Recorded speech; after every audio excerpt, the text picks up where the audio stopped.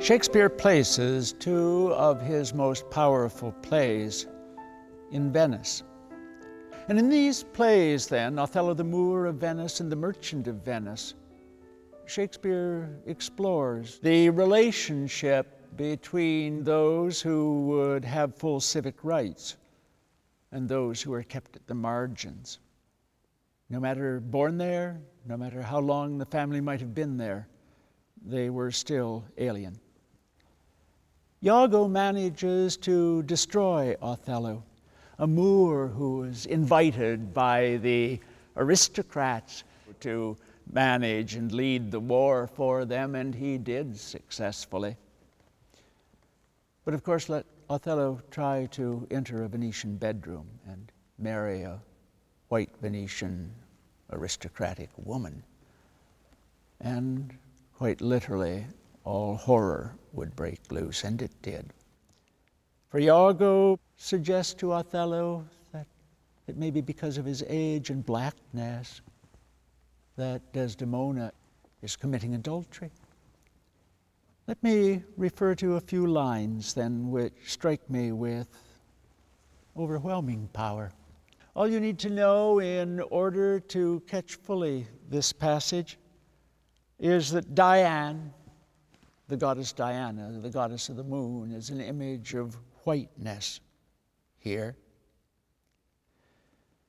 By the world, I think my wife be honest, and think she is not. I think that thou art just, and think thou art not.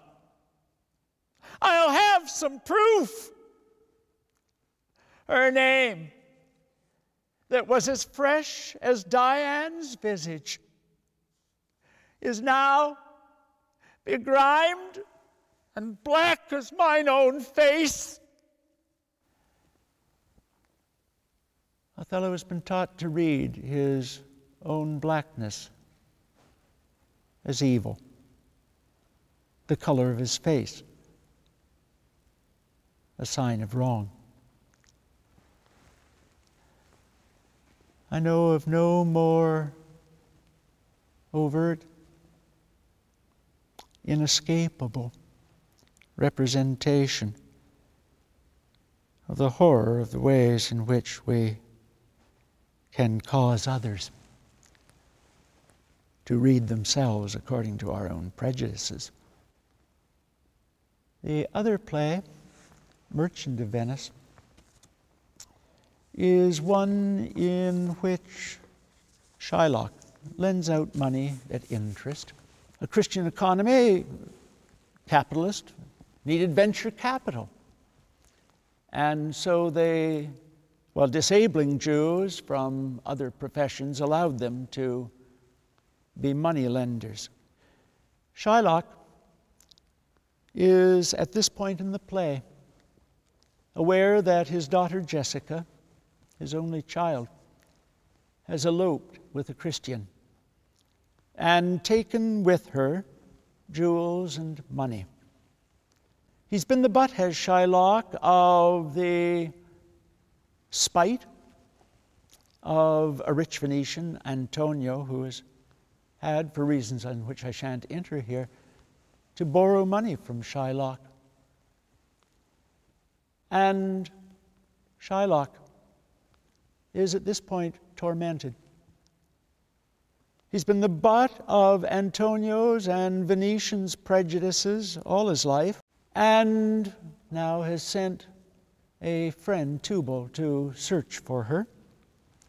He cannot find her, but he comes back and says that he heard of her in Genoa, and that she had at a dinner spent a great deal of money,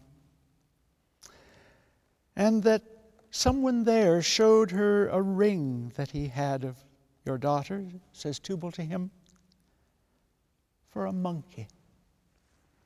When he hears of this ring, Shylock says to his friend Tubal, "Thou torturest me, Tubal.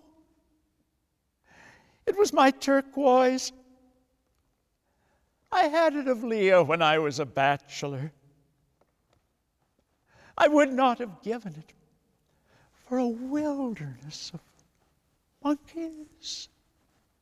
In this speech, I say, we find a history. He was a young bachelor once, very much in love. Leah is presumably now dead. He has raised a daughter alone, protecting himself and her with the money which he has gained. And now she's gone, and he cannot stand this. The daughter giving for a monkey? This which he's treasured, which is the focus of his memories? The turquoise that her mother gave him when he was a bachelor, and the ones whom the Christians have said is motivated by money. What's mattered to him is love and family and his heritage. And when Tubal reminds him that Antonio, who has tormented him and who Shylock thinks has been part of the absconding of his daughter, it's there that fused out of all of that torture in Shylock's mind is the will to force the bond. These plays, these two, some of the mightiest in Shakespeare, bring us face to face as well with Shakespeare's meditations on the wrongs we do in creating others in our midst, treating them prejudicially.